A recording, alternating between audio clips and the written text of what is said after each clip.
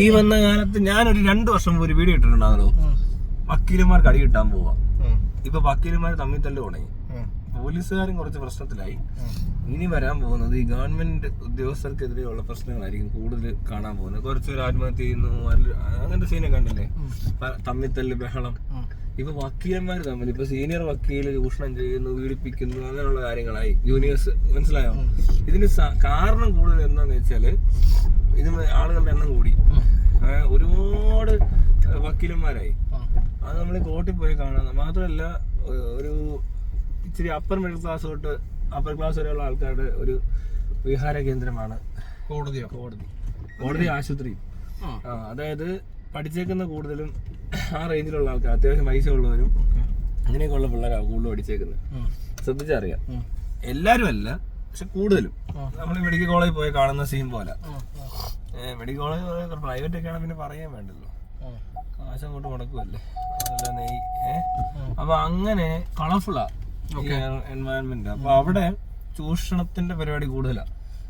അപ്പൊ സീനിയേഴ്സ് ഒക്കെ ജൂനിയേഴ്സിനെ അങ്ങനെ ആക്കുന്നു, ഇങ്ങനെ ആക്കുന്ന പ്രശ്നങ്ങൾ. കഴിഞ്ഞ ദിവസം ഒരു മനു PG സൂയിസൈഡ് ചെയ്ത് പറഞ്ഞ കേസുമായിട്ട് ഒരാൾ ചെന്നാൽ പീഡിപ്പിക്കുക, ഒരു പീഡന കേസുമായിട്ട് ഒരാൾ ഒരു പെങ്കുച്ചി ചെന്നാൽ അതിനെ പീഡിപ്പിക്കും, അയാൾ പീഡിപ്പിക്കും, ആത്മഹത്യ ചെയ്തു. എടോ, തിരുവല്ലയിൽ ഒരു ജഡ്ജിന്റെ കാറ് തല്ലി പൊട്ടിച്ച ഒരാൾ നിരപരാധിയായിരുന്നു. കാരണം അയാൾ കേസ് തോറ്റു പോയി. എന്നിട്ടും അതായത് കാശുണ്ടെങ്കിൽ നല്ല വക്കീലിനെ കിട്ടും, അങ്ങനെ ഉണ്ടെങ്കിൽ ചിലപ്പോൾ നിരപരാധി അകത്തി കിടക്കും. അവന് വക്കീലിന് കാശില്ല, അവൻ മൂന്ന് ചെയ്യും. അങ്ങനെ ഒരു പ്രശ്നമുണ്ട് ഇവിടെ. പിന്നെ സാക്ഷി മാറും, തെളിവ് മാറും, അങ്ങനെ ഒരു പ്രശ്നമുണ്ട് ഇതിനകത്ത്. ജുഡീഷ്യറി വർക്ക് ചെയ്യുന്ന അങ്ങനെയാണല്ലോ. തെളിവ് വേണം, സാക്ഷി വേണം, ഇങ്ങനെയൊക്കെ പറഞ്ഞുകൊണ്ടിരുന്നിട്ട് ലാസ്റ്റ് ഇവര് ശരിക്കും അങ്ങ് പറ്റിക്കും. അപ്പൊ എന്തോ ഒരുപാട് നിരപരാധികൾ അകത്ത് കിടപ്പുണ്ടെന്നാണ് പറയുന്നത്. അങ്ങനത്തെ ചില പ്രശ്നങ്ങൾ അത് മതി, ഇപ്പൊ ശരിയാവും. അപ്പൊ അങ്ങനെയുള്ള പ്രശ്നങ്ങൾ നടക്കുന്നുണ്ട്. ഈ ആളുകളെ പലരും രക്ഷിക്കപ്പെടുന്നതിനകത്ത് ഇങ്ങനത്തെ പ്രശ്നങ്ങൾ, ചിലര് രക്ഷപ്പെടുന്ന കണ്ടിട്ടില്ലേ, പലരും രക്ഷപ്പെടുന്നു. എങ്ങനെയാന്ന് വെച്ചാൽ ചില ലൂപ്പ് ഹോൾസ് ഇങ്ങനെ ഉണ്ട്. അതൊക്കെ ഞാൻ പറയുന്ന കാര്യം ഈ വക്കീലന്മാർ വിചാരിച്ച് നടക്കും. അല്ല, ഇപ്പഴേ ഒരു ജൂനിയർ വക്കീലിനെ ഒക്കെ പിടിച്ച് ഇങ്ങനെ ടോർച്ചർ പെണ്ണിന്റെ മുഖം തിരിച്ചു കണ്ടതാണ് ആ ഫോട്ടോ. പക്ഷെ ഒരു കാര്യമുണ്ട്, ഈ പറഞ്ഞ അടിച്ച ആൾക്ക് ക്രിമിനൽ ബാക്ക്ഗ്രൗണ്ട് ഉണ്ടെന്നാ പറയുന്നത്. എന്ത് ബാക്ക്ഗ്രൗണ്ട് ഉണ്ടെങ്കിലും എന്താ ഇത്, എന്ത് ബാക്ക്ഗ്രൗണ്ട് ഉണ്ടെന്ന് പറയുന്നത്, ക്രിമിനൽ ഫാമിലി ബാക്ക്ഗ്രൗണ്ട്. അല്ല, ഞാൻ ചോദിക്കുന്നത് ഇത്തരം പരിപാടികളൊക്കെ കാണിക്കുന്ന ആൾക്കാർ എങ്ങനെയാണ് ഇതെങ്ങനെ പറ്റണമെന്ന് എനിക്ക് മനസ്സിലാവുന്നത്. എന്തായാലും പോലീസ് ആണേലും പട്ടാളമാണേലും വക്കീലാണേലും ഡോക്ടറാണേലും അടിക്കുന്നവന്മാരടിക്കും, മനസ്സിലായോ? പക്ഷെ ഇയാളെ ജോലി ചെയ്യുന്നവരൊക്കെ അടിക്കാൻ പറ്റുന്ന എങ്ങനെയാണ്? അത് പറ്റൂടോ, എനിക്ക് മനസ്സിലാവുള്ളത്. കുഞ്ഞുങ്ങളെയൊക്കെ തല്ലിക്കൊല്ലത്തില്ല പിന്നെന്താ? അല്ല, ഞാൻ ചോദിക്കുന്നത് ഇതുപോലത്തെ ഒരു സംവിധാനത്തിനകത്ത് അത് എന്ത് മാനസികമായിട്ടുള്ള അവസ്ഥയിലേക്ക് അയാൾക്ക് ആ ജോലിക്ക് പറ്റിയ ആളല്ല എന്ന് അത്രേ ഉള്ളൂ. അയാൾ ആ ജോലിക്ക് വരേണ്ട ആളല്ല. അയാൾ ആരോ നിർബന്ധിച്ചോ അല്ലെ വേറെ എന്തോ ഉടായിപ്പിനെ അയാൾ ആ ജോലി കണ്ടെത്തിയതാ. അതായത് ഇതിനകത്ത് നിന്ന് കാശുണ്ടാക്കാൻ പറ്റും, എല്ലാ ആൾക്കാരെ എന്തെങ്കിലും ചെയ്യാൻ പറ്റും എന്നൊക്കെ ഒരു ധാരണ ഉള്ളിൽ. എന്താണ് ആ ജോലി എന്ന് പോലും മനസ്സിലായിട്ടില്ലോ. ഇല്ല ഉണ്ടെങ്കിൽ അങ്ങനെ ചെയ്യില്ലല്ലോ. ഇനിയിപ്പോ അങ്ങനെ ചെയ്തു എന്നാണ് പരാതി. ഇനിയിപ്പോ ചെയ്തു വരെ കുറ്റക്കാരനാണെന്ന് പറയാനും പറ്റൂല്ലോ. അയാളെ ബാർ അസോസിയേഷനൊക്കെ ബാൻ ചെയ്തു. അതൊക്കെ ഇങ്ങനെ ഒരു ആരോപണം വരുമ്പോഴേക്കും വർഷത്തേക്ക് പ്രാക്ടീസ് ചെയ്യാൻ പറ്റത്തില്ല. അതും ഓക്കെ, ഈ പറഞ്ഞ പോലെ കുറ്റക്കാരനാണെന്ന് തെളിയുമ്പോഴാണല്ലോ വർക്ക്ഔട്ട് ചെയ്യാൻ തോന്നുന്നു. പ്രാക്ടീസ് ചെയ്യാൻ പറ്റത്തില്ല, വർക്ക്ഔട്ട് ചെയ്യാം. അങ്ങനെയൊക്കെ ഉള്ള പ്രശ്നങ്ങൾ എത്തിയിട്ടുണ്ട് ഇവിടെ. ഒത്തിരി അങ്ങനെ നടക്കുന്നുണ്ട്. പിന്നെ ഈ കേസുകളാണേലും ഭയങ്കര വളച്ചൊടിക്കല്, മുൻകൂർ ജാമ്യത്തിന്റെ എണ്ണം കൂടി. ഇവിടെ ഏതെങ്കിലും ഒരു കേസ് സമയത്ത് സമയബന്ധിതമായിട്ടൊരു പരിപാടി, ഈ വക്കീലന്മാര് തമ്മിൽ അഡ്ജസ്റ്റ് ചെയ്യുന്ന പരിപാടികൾ വേറെ കുറെ. അത് പിന്നെ അദാലത്ത് ഇപ്പൊ കോടതിക്ക് പുറത്ത് വിശ്വസിക്കാൻ പറ്റത്തില്ല, അങ്ങനത്തെ ഒരു അവസ്ഥയായി. ഒരു കേസ് ഏതെങ്കിലും ഒരെണ്ണം സമയബന്ധിതമായിട്ട് ഇത്ര സമയം കൊണ്ട് ആർക്കെങ്കിലും ഇവിടെ നീതി ലഭിക്കാന്നൊക്കെ പറഞ്ഞാൽ justice delayed is justice denied എന്നാണ്. മനസ്സിലായില്ല? അപ്പൊ ഇത് വൈകി കിട്ടാന്ന് പറഞ്ഞാൽ അത് കിട്ടാത്ത പോലെ തന്നെയാണ് എന്നാ അതിന്റെ അർത്ഥം. പിന്നെ ഇപ്പൊ നോക്കിക്കോട്ടെ, ഈ പെങ്കൊച്ച അടി കൊണ്ടുവന്ന് പറഞ്ഞ പെങ്കൊച്ചിന്റെ കേസ് എങ്ങനെ കേട്ടൊക്കെ ഇവിടെ കുറെ കാലത്ത് ഇവിടെ അതിന് മാത്രം കേസുണ്ട്. അതാ വേറെ കാര്യം. സിസ്റ്റമാറ്റിക്കായിട്ട് ഡീൽ ചെയ്യാനും അറിയില്ല ഈ പരിപാടി. താൻ കണ്ടല്ലേ കോടതിയിൽ ഇങ്ങനെ ചെല്ലുമ്പോ പേപ്പർ കുന്നുകൂടി കിടക്കുന്നു, ഒരു സ്ഥലത്ത് മൂലയ്ക്ക് കൂട്ടിയിട്ടേക്കുന്നു കുറെ പേപ്പർ. ആവശ്യം കഴിഞ്ഞാണെ പോലും എടുത്ത് അങ്ങനെയാണോ വെക്കുന്നത്? നമ്മുടെ റൂമിൽ പോലും കിടക്കൂല അങ്ങനെ പേപ്പർ. അതെ, എടുത്ത് ഒതുക്കി വെക്കും. പ്രൈവറ്റ് കമ്പനിയിലൊക്കെ പോകണം, കാരണം എന്ത് വൃത്തിയാണെന്നറിയോ. ഒരു ഗവൺമെന്റ് സ്ഥാപനങ്ങളെല്ലാം സ്റ്റേറ്റിന്റെ ഏറ്റവും പ്രധാനപ്പെട്ട പരിപാടിയാണ് ജുഡീഷ്യറി. ഏറ്റവും പ്രധാനപ്പെട്ട പരിപാടി ഗവൺമെന്റിനേലും നമ്മള് സർക്കാരിനേലും എന്തെങ്കിലും മുകളിൽ ഒരു പരിപാടി ഉണ്ടെങ്കിൽ ഓഫീസിൽ കയറണോ എന്തോ പൊടിയാന്നറിയോ. ഇത്രയും ഭയങ്കര വൃത്തിയായിട്ട് എൻവയൺമെന്റ്. അതെന്താ തൂക്കം തുടങ്ങുകയും ചെയ്താൽ പൊടി പോകത്തില്ലേ? അല്ല ആ മുറി എന്താ AC ആക്കാത്ത ഗവൺമെന്റ്? അത് AC ആക്കേണ്ട സമയം കഴിഞ്ഞില്ല. ജഡ്ജല്ലേ ക്യാമറ വെക്കണ്ടേ? എല്ലാവരും തന്നെ വരുന്നവരെല്ലാം ക്രിമിനൽസ് ആണ്. അവിടെ കൂടുതൽ നേരം നിൽക്കുന്ന ജഡ്ജും വക്കീലും അവിടുത്തെ പോലീസുകാരും. എയർ കണ്ടീഷനർ നിൽക്കാൻ പാടില്ലേ? എടാ ക്രിമിനൽ പോട്ടെ, അങ്ങനെയൊക്കെയാ ചിന്തിച്ചെങ്കിൽ പോലും കൂടുതൽ നേരം അവരെല്ലാം അവിടെ ഇരിക്കുന്നത്. അത് AC ആക്കണം. പിന്നെ എയർ കണ്ടീഷൻ ആക്കേണ്ട സമയമൊക്കെ എന്നേ കഴിഞ്ഞു. ഈ ചൂടത്ത് പോലീസ് സ്റ്റേഷൻ വരെ AC ആക്കണം. വേറെ കാര്യം എന്താ പറയുമ്പോ ഈ നമ്മൾ ഈ വിധി നിർണ്ണയിക്കുന്ന ജഡ്ജസ് ഒക്കെ ഇരിക്കുന്ന സ്ഥലങ്ങളൊക്കെ ഭയങ്കര ചൂടൊക്കെ ആയിട്ടുള്ള സ്ഥലത്ത് ഇരുത്തി വേണം ഈ പരിപാടി നടത്താനായിട്ട്. അല്ലാതെ വെറുതെ പൊടി പിന്നെ അവരുടെ മാനസികാവസ്ഥ ആ സമയത്ത് ടെമ്പറേച്ചർ അടക്കമുള്ള കാര്യങ്ങളൊക്കെ മനുഷ്യനെടുക്കുന്ന തീരുമാനങ്ങളെ ബാധിക്കും. വിശപ്പ് ബാധിക്കും. ഉച്ചക്ക് മുമ്പ് ആ സാധനം കേട്ടിട്ടില്ലേ? ഉച്ചക്ക് മുമ്പ് തൊട്ട് മുമ്പാണ് ഏറ്റവും കൂടുതൽ വധശിക്ഷയ്ക്ക് വിധിച്ചിട്ടുള്ളത്, ഭക്ഷണം കഴിക്കുന്നതിന് തൊട്ട് മുമ്പ്. എന്ന് പറഞ്ഞാൽ അതിന്റെ അർത്ഥം മനുഷ്യൻ തന്നെയാണല്ലോ ഇതൊക്കെ ചെയ്യുന്നത്. അപ്പൊ അതിൻ്റെതായിട്ടുള്ള മനുഷ്യനെ മാറ്റേണ്ടി വരും. ആക്കേണ്ടി വരും. വരുന്നുണ്ട്. വരുമ്പോഴേ എല്ലാവരും രക്ഷപ്പെടുത്തുള്ളൂ. അതുവരെ ഈ കിടന്ന് കളിക്കാൻ പറ്റും. ഒരു കുറ്റവാളിയും രക്ഷപ്പെടത്തില്ല, ഓർത്ത് വെച്ചോ കേട്ടോ. വരുന്നത് റോബോട്ട് ജഡ്ജാവും, റോബോട്ട് വക്കീലാവും. വന്നിട്ട് ഇതൊക്കെ കണ്ടിട്ട് അയ്യെന്ന് പറയുന്നു. അയ്യെന്ന് പറയും. വരുമ്പോഴേ ബാക്കിയുള്ളതെല്ലാം അയ്യാവും. അപ്പൊ ശരി, ഈ വക്കീലന്മാര് ഒന്ന് ശ്രദ്ധിക്കണം കേട്ടോ. എല്ലായിടത്തും പൈസ എടുക്കാനുള്ള ഓരോ ശ്രമങ്ങളാണ് കണ്ടെത്തിക്കൊണ്ടിരിക്കുന്നത്. തൊടുന്നതിനും പിടിച്ചതിനും മുൻകൂർ ജാമ്യം. അപ്പൊ കുറെ പൈസ കിട്ടും. പിന്നെ കേസ് ഇങ്ങനെ ഉണ്ടാക്കി പിടിച്ചോണ്ട് വരും. ഓരോ കേസ് ഉണ്ടാക്കി വിടും. എന്തോ ഒരുത്തം വന്ന് എന്ത് പറഞ്ഞാലും കേസാക്കി മാറ്റും. എന്നിട്ട് അവൻ്റെ നിന്ന് കാശ് പിടിക്കും. അപ്പുറത്ത് വേറൊരു വക്കീലിന് പൈസ കിട്ടുമല്ലോ. അപ്പോൾ കുറേ പൊട്ട കേസ് ഉണ്ടാക്കി വെക്കും. എന്നിട്ട് കള്ളക്കേസുകൾ ഉണ്ടാക്കും. ഓരോ ഡിവോഴ്സ് കേസിനും ഒരുപാട് ബോക്സോ ഏതാണ്ടൊക്കെ പീഡനം, സ്ത്രീ പീഡനമൊക്കെ എന്തോരോ. ഇപ്പൊ ഇല്ലാണ്ട് മറ്റേ അതിശയം വരെ വന്നിട്ടുണ്ട്. സ്ത്രീത്വത്തെ അപമാനിച്ചു, അതുകൊണ്ട് എഴുതി കയറ്റി അങ്ങോട്ട് വിടും. ഇതൊക്കെയാണ് എങ്ങനെയാന്ന് എനിക്ക് മനസ്സിലായില്ലോ. അത് സ്ത്രീത്വത്തെ മാത്രം എങ്ങനെ പുരുഷത്വത്തെ അപമാനിച്ചെന്ന ഒരു കേസില്ല. എന്നാ സ്ത്രീത്വത്തെ പറഞ്ഞത് അതെങ്ങനെ പറ്റുന്നേ? അപമാനമല്ലേ? അപമാനമല്ലേ അത് തന്നെ. ഇത് ശാരീരികമായ ഒരു പരിപാടിയല്ല. സ്ത്രീത്വം എങ്ങനെ എല്ലാ സ്ത്രീ വിനായം ചോദിച്ചാൽ എല്ലാ സ്ത്രീ ശരീരമുള്ള സ്ത്രീകളാണോ? അതെ, എല്ലാ പുരുഷന്മാരും പുരുഷന്മാരാണോ? അവിടെ ഒരു പ്രശ്നമില്ലേ? ഇവരെന്ത് ഏത് കാലത്തോടെ ശതമാനം പുരുഷനാണെന്നൊക്കെ പറയേണ്ടി വരും. മനസ്സിലായി? എങ്ങോട്ടേക്ക് പോകുന്നത്? എന്തോ ഈ പറഞ്ഞു പിടിപ്പിക്കുന്നത്? പോട്ടെ. കായികമായി നിയമം പറയുന്നത് എന്താണെന്ന് അറിയാമോ? ഒരു മിനിറ്റ്, ഒറ്റ നിയമം പറയുന്നത് എന്താണെന്ന് അറിയാമോ? ഇവിടെ 2 ജെൻഡർ ഉള്ളതാ അല്ലേ? അതെ. അപമാനിച്ചെന്ന് പറയാൻ പറ്റില്ല. വേറെ പ്രശ്നമുണ്ട്. എടോ, എന്തിനെ അപമാനിച്ചെന്ന് പറയുന്നതിന് സ്ത്രീയോ പുരുഷനോ എന്നുള്ള വേർതിരിവിൽ അപമാനത്തിന്റെ കാരണം വെക്കാൻ പറ്റത്തില്ല. കാരണം ഫിസിക്കലി ആണെങ്കിൽ, അതായത് കായികമായി നേരിടുന്നിടത്ത് സ്ത്രീ അപലയാണ്. അല്ലാത്ത പക്ഷേ എങ്ങനെയാ സ്ത്രീക്ക് ഒരു അപലത വരുന്നത്? എങ്ങനെയാ ഈ അപമാനിക്കപ്പെടുക എന്ന് പറയുന്ന സ്ഥലത്ത് രണ്ടുപേരും ഒരു തുല്യതയല്ലേ ഉള്ളൂ. അതിന് സ്ത്രീത്വത്തെ പ്രശ്നമുണ്ട്. ഇപ്പൊ മേരികോമായിട്ട് ഞാൻ ഇടിയുണ്ടാക്കി മേരികോമനെ ഇടിച്ച് തൂർക്കും, മനസ്സിലുണ്ടോ? എന്ന് പറഞ്ഞ പോലെ ഇത് കമ്പാരിറ്റീവ്ലി മാറും. ആളുകളുടെ ആരോഗ്യമൊക്കെ മാറും. അങ്ങനെയല്ല അവിടെ പ്രശ്നം. അങ്ങനെ മേരികോമിനെ മാത്രമല്ല, പൊതുവെ ഒരു എക്സാമ്പിൾ പറഞ്ഞോളൂ. അല്ലല്ലോ, പൊതുവെ കായികമായിട്ടാണ് നേരിടുന്നതെങ്കിൽ സ്ത്രീയെ പുരുഷന്മാർക്ക് നേരിടാൻ പറ്റും. വളരെ കുറച്ച് സ്ത്രീകളായിരിക്കും ചിലപ്പോൾ കുറച്ച് പുരുഷന്മാരെ അടിച്ചിടുന്നത്. ആ സമയം മേരികോമിന് അതേ സ്ട്രോങ് ആയിട്ടുള്ള ഒരാൾ വന്നാൽ ചിലപ്പോൾ ആണുങ്ങൾ അടിച്ചു കളയും. മേരികോമിന് കിട്ടും. അപ്പൊ അതുകൊണ്ട് കായിക നേരിടലുമായിട്ട് ബന്ധപ്പെട്ട് ഓക്കെ പീഡിപ്പിച്ചു എന്നുള്ള കാര്യത്തിൽ ആ നിയമമൊക്കെ ഓക്കെ, സ്ത്രീക്ക് കൺസിഡറേഷൻ കൊടുക്കണം.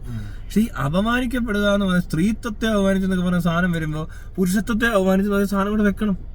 എല്ലാത്തത്തെ സ്ത്രീത്വത്തെ പുരുഷത്വത്തെ മൃഗീയത്വത്തെ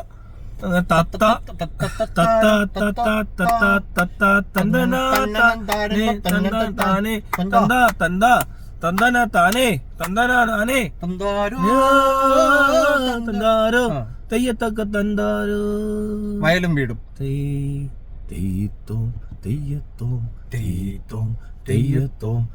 മനത്ത് പറക്കണ ചെമ്പരുന്തേ. അങ്ങനെയൊക്കെ അങ്ങനൊന്നും അത് പറ്റത്തില്ല കേട്ടോ. നടക്കൂല, അത് ശരിയല്ല. അത് ശരിയല്ല. എന്താണ് അത് ശരിയല്ല? ഈ രീതി ശരിയല്ല. അതെങ്ങനെ ശരിയാവും? നിങ്ങളൊന്ന് ആലോചിച്ച് നോക്ക്. സ്ത്രീത്വത്തെ അപമാനിക്കും, പുരുഷത്വത്തെ അപമാനിച്ചത് സെയിം. ഒരു സ്ത്രീക്ക് വേറൊരു സ്ത്രീ അപമാനിക്കാൻ പറ്റുമോ? അതും പറ്റത്തില്ല. സ്ത്രീയെ അപമാനിച്ചാലും സ്ത്രീത്വം അല്ല അപമാനിക്കപ്പെടുന്നത്. അത് പറ്റില്ല എന്ന് അവര് പറയണേ. അതങ്ങനെ അപമാനിക്കാൻ പറ്റും? ഒരു സ്ത്രീക്ക് സ്ത്രീ അപമാനിക്കാം. ഓ, സ്ത്രീക്ക് സ്ത്രീത്വത്തെ അപമാനിക്കാൻ പറ്റില്ല. ഓക്കെ, സ്ത്രീക്ക് സ്ത്രീയെ പീഡിപ്പിക്കാൻ പറ്റില്ല. റേപ്പ് ചെയ്യാൻ പറ്റില്ല. അയ്യോ, പെനിട്രേറ്റ് ചെയ്യാൻ പറ്റില്ലല്ലോ സ്ത്രീക്ക്. അതെങ്ങനെയാ? അപ്പൊ ഈ കമ്പിയൊക്കെ കേറുന്നിടത്ത് റേപ്പ് ആകത്തില്ലേ? കമ്പി അത് റേപ്പ് അല്ല. വേണേ കമ്പിയൊക്കെ അടിച്ചു കയറ്റാം. എന്തോ അല്ലേ? ഓരോ അവസ്ഥകൾ അല്ല അങ്ങനെയൊക്കെ പറയുമ്പോഴായിരിക്കും ഈ നിയമം മാറി വേറെ ലൂപ്പ് ഹോൾ നിയമ ഭേദഗതികൾ വരേണ്ടത്. അതൊക്കെ ബലാത്സംഗമായിട്ട് കാണത്തില്ലായിരിക്കും ചിലപ്പോ, കൊലപാതക ശ്രമമായിരിക്കും. അല്ല, അത് അബ്യൂസ് ആയിട്ട് മാത്രമാണ്. ഇല്ല, വധശ്രമം എവിടെ വേണമെങ്കിലും കുത്തി കേട്ടാലോ. എന്തോടെ പറയുന്നത്? കത്തിക്ക് കുത്തി, കത്തിക്കല്ല കമ്പിക്ക് കുത്തിയപ്പോ. കമ്പിക്ക് കുത്തി. ഞാൻ അങ്ങനെയാണെങ്കിൽ എന്റെ ഇത് വെച്ച് കുത്തി കൊല്ലാൻ നോക്കിയതാ. കമ്പി ആണെങ്കിൽ ഓക്കെയാ. കമ്പി ഇങ്ങനെ വയറ്റത്തോട് കുത്തിയപ്പോ ഇച്ചിരി മാറിപ്പോയെന്ന് പറഞ്ഞത് കമ്പിയാണ്. അതെ, ആ കമ്പിയോ വേറെ എന്തെങ്കിലും ഇരുമ്പ് കമ്പിയാണോ? ഇരുമ്പ് കമ്പിയൊക്കെ അങ്ങനെയൊക്കെ വരും. അങ്ങനെ വ്യത്യാസം ഉണ്ടെന്ന് വന്നാൽ എന്ത് ചെയ്യും? അതിലും സോഫ്റ്റ് ആയിട്ടുള്ള കമ്പി വെച്ച് കുത്താൻ പാടില്ലെന്ന് പറഞ്ഞു. അല്ല, അതല്ല ഞാൻ പറയുവോ, വധശ്രമമായോ അത് വധശ്രമം. മറ്റേത് ബലാത്സംഗം. അങ്ങനെയൊക്കെയുള്ള വ്യത്യാസങ്ങളാണ് ഈ ലൂപ്പ് ഹോൾസ് ആയിട്ട് എനിക്ക് തോന്നുന്നത്. ഒരെണ്ണം ഇപ്പൊ നമ്മൾ ഒരെണ്ണം കണ്ടുപിടിച്ചത്. അപ്പോ ഇങ്ങനെയൊക്കെയുള്ള പരിപാടികൾ ഇവിടെ നടക്കുമ്പോൾ തമ്മിത്തല്ലി വക്കീലന്മാര് പോലീസുകാർ തമ്മിത്തല്ലിന്ന് കണ്ടിട്ടുണ്ടോ? അതുകൊണ്ട് ഇല്ല, കുറവാ. നോർത്തിലൊക്കെ കാണാറുണ്ടല്ലോ. അത് ഇവിടെ കുറവാ. ഇവിടെ കുറവാ. പോലീസുകാർക്ക് ഒരു കോർഡിനേഷൻ ഉണ്ട് ഇവിടെ. പോലീസും തമ്മിലൊരു കണക്ഷൻ ഒക്കെ ഉണ്ട്. പിന്നെ ഈ സുപ്പീരിയർ ഇൻഫീരിയർ സാധനം മാത്രമേ ഉള്ളൂ. ഞാൻ വലിയ സല്യൂട്ട് അടിപ്പിക്കുന്ന പരിപാടി മാത്രമേ ഉള്ളൂ. വലിയ സാറന്മാരൊക്കെ ഉണ്ട്, ഭയങ്കര സാറന്മാരാ. അയ്യോ, വെടലത്രയും പറയും എന്നിട്ട് സാറേ എന്ന് വിളിക്കുകയും വേണം. അതാ വേറെ കോമഡി. സാറിനൊക്കെ വിളി തന്നെ എന്ത് പരിപാടിയാണെന്ന്. സാറ് നല്ല വിളി നിർത്തണം, സല്യൂട്ട് അടിക്കലും നിർത്തണം. ഇത് രണ്ടും അവസാനിപ്പിക്കണം. ഞാൻ എന്നെ മുഖ്യമന്ത്രിയാക്കി തരാമോ? ഒറ്റ ദിവസം കൊണ്ട് ഞാൻ മാറ്റിത്തരാം.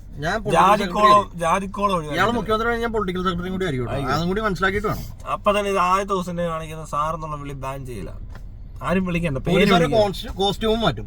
പേര് വിളിക്കുന്നത് നല്ല കംഫർട്ടബിൾ ആയിട്ടുള്ള ഡ്രസ്, നല്ല രസമാണ്, നല്ല ടിപ് ടോപ്പ്, നല്ല റെയ്മണ്ടിന്റെ. അങ്ങനെയൊന്നുമല്ല, അത് നമ്മൾ അമേരിക്കയിൽ എങ്ങനെയാണോ പോലീസുകാരെ കാണപ്പെടുന്നത് അതുപോലെ ഫുൾ എക്യുപ്ഡ് അടിപൊളി പോലീസ്. അതെ.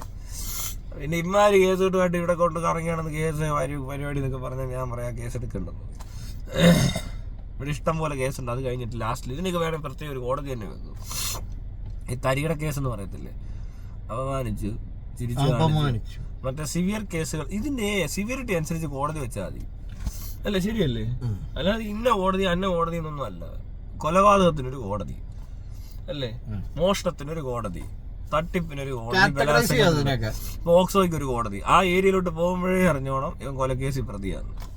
അങ്ങനെ ആവുമ്പോ ഇതിനിടയിൽ കൂടെ കൊണ്ടുവരണം. ഈ വണ്ടിയിൽ ഒരു ജയിലിൽ നിന്നെല്ലാം കുറെ വണ്ടിയിലും കൊണ്ടുവന്നാൽ മതി. ഒരിടത്തോട്ട് കൊണ്ടുവരും, അവിടെ വെക്കുക. അതിന് സെക്യൂരിറ്റി വേറെ കൊടുക്കുക, അവിടെ നോടാനും പറ്റത്തില്ല. എന്ത് സൗകര്യമാണ്. അല്ല, ഇപ്പൊ ഞാൻ ചോദിക്കുന്നത്, ഇപ്പൊ കൊല്ലുന്നതിന് മുമ്പ് റേപ്പ് ചെയ്തിട്ടാവുന്നെങ്കിലോ? എടോ, അത് രണ്ടും കൂടെ കൂടും. രണ്ടും കൂടി ഒരു സ്ഥലത്തിട്ട് നമുക്ക് ഇത് ചെയ്യാൻ പറ്റില്ലല്ലോ. രണ്ട് സ്ഥലത്ത് വെക്കണമെന്നല്ലേ പറഞ്ഞത്. ഇത് രണ്ടു ഒരു സ്ഥലത്ത് വെക്കാല്ലേ? ഇങ്ങനത്തെ കേസുകളിൽ നമുക്ക് എക്സെപ്ഷൻ ഉണ്ട്. അതൊക്കെ ഉണ്ട്, രണ്ടും വരും. റേപ്പ് ചെയ്തോ, പക്ഷെ കൊല്ലരുത്. റേപ്പ് ചെയ്തോ? റേപ്പ് കൊല്ലണം, റേപ്പ് ചെയ്യരുത്. ഏതെങ്കിലും ഒന്ന് ചെയ്യാൻ പറ്റും. ഇത് എന്താ പറയാ, ഈ റേപ്പ് ചെയ്യപ്പെടുന്ന ആളുകള് കൊല്ലുന്ന പരിപാടിയും കൂടി ഇവിടെ ഉണ്ടല്ലോ. തെളിവ് ഇല്ലാതാക്കാനുള്ള ഒരു പരിപാടി. അത് കൊന്ന കളയാണെങ്കിൽ പിന്നെ അങ്ങനെയാ കുറെ പേര് കൊല്ലപ്പെട്ടെ. അങ്ങനെ ഇഷ്ടംപോലെ പേര് കൊല്ലപ്പെട്ടിട്ടുണ്ട്. അങ്ങനെ തെളിവ് നശിപ്പിക്കാൻ വേണ്ടി ചിലർ രക്ഷപ്പെടുകയും ചെയ്യും. അതെ, പലരും രക്ഷപ്പെട്ടിട്ടുണ്ടാവും, ആർക്കറിയാം. ഇഷ്ടംപോലെ ആൾക്കാർ രക്ഷപ്പെട്ടുണ്ടാവും. ഈ കോവിഡിന്റെ സമയത്തൊക്കെ ഒരുപാട് പേര് തട്ടിക്കളഞ്ഞുണ്ടെന്നൊക്കെ ഉള്ള ഒരു കിംവദന്തിയൊക്കെ കേട്ടി അടുത്തിടയ്ക്ക്. അതെ, കോവിഡ് ഒരുപാട് പേര് കാണാതായി പൂശി കളഞ്ഞിട്ടുണ്ട്. മരിച്ചവരുടെ മറ്റേ ബോഡി ഒന്നും ടെസ്റ്റ് ചെയ്യോ അല്ലെങ്കിൽ മറ്റേതൊന്നും ഇല്ലല്ലോ, നേരെ കൊണ്ടുപോയി താത്തുമല്ലേ. കുറെ പേര് കേരളത്തിലൊക്കെ ഇഷ്ടം പോലെ ആൾക്കാർ മരിച്ചിട്ടുണ്ട്. അങ്ങനെ മരിച്ചിട്ടുണ്ടെന്ന് പറഞ്ഞാൽ വെറുതെ കോവിഡ് ഒന്നും മരിച്ചതല്ല, കൊന്നിട്ടുണ്ടെന്ന് തന്നെ പറയാവുന്ന പോലത്തെ പരിപാടി ഇവിടെ നടന്നിട്ടുണ്ടെന്ന് പറയപ്പെടുന്നത്. പല വിശ്വസനീയമായ കേന്ദ്രങ്ങളിൽ നിന്ന് അവിശ്വസനീയമായ കേന്ദ്രങ്ങളിൽ നിന്ന് അറിഞ്ഞ ഇൻഫർമേഷൻ. ഞങ്ങളുടെ ടി പി മാധവൻ അല്ല, സോറി, അയാളുടെ പേര് TP ഗണേഷ് നാരായണൻ എന്ന് പറഞ്ഞ ആളുണ്ട്. മലയാള മനോരമയില് വീക്ക്ലി ജ്വാല എന്നൊരു കഥയുണ്ട്. അതിനകത്ത് ജ്വാല എന്ന സിനിമ അല്ല, ഇതുണ്ട്. ജ്വാല എന്ന് പറഞ്ഞ സീരിയലുണ്ട്. ജ്വാലയല്ല, ജ്വാല ഡിറ്റക്റ്റീവ് നോവലുണ്ട്, അതിനകത്ത് പറയുന്നുണ്ട്. പിന്നെ വേറൊരാളുണ്ട്, G Krishnamurthy Narayanan, sorry, G Murthy Krishna Kumar. അയാളുടെ ഒരു നോവലുണ്ട്, അതിനകത്തും പറയുന്നുണ്ട് കോവിഡ് ടൈമിൽ കുറെ പേര് കൊല്ലപ്പെട്ടു, ഒരുപാട് അങ്ങനെയുള്ള വിശ്വസനീയമായ കാര്യങ്ങളുമായിട്ട് ബന്ധപ്പെട്ട് നമ്മൾ ഈ പരിപാടിയിൽ വാൽമേലും പറഞ്ഞിട്ടുണ്ട്. ഡിങ്കന്റെ കാര്യം പറഞ്ഞില്ല. ഡിങ്കനെല്ലാം അറിയുന്നുണ്ട്. ഇതേപോലത്തെ കാര്യങ്ങളൊന്നും നിങ്ങൾ വേറെ ആരും പറയണ്ട, ഇതൊക്കെ വളരെ രഹസ്യമാണ്. ഒന്നേ പറയാനുള്ളൂ, ഒറ്റ കാര്യം എനിക്ക് പറയാനുള്ളൂ. സൂക്ഷിച്ചാൽ ദുഃഖിക്കേണ്ട. ഓക്കെ.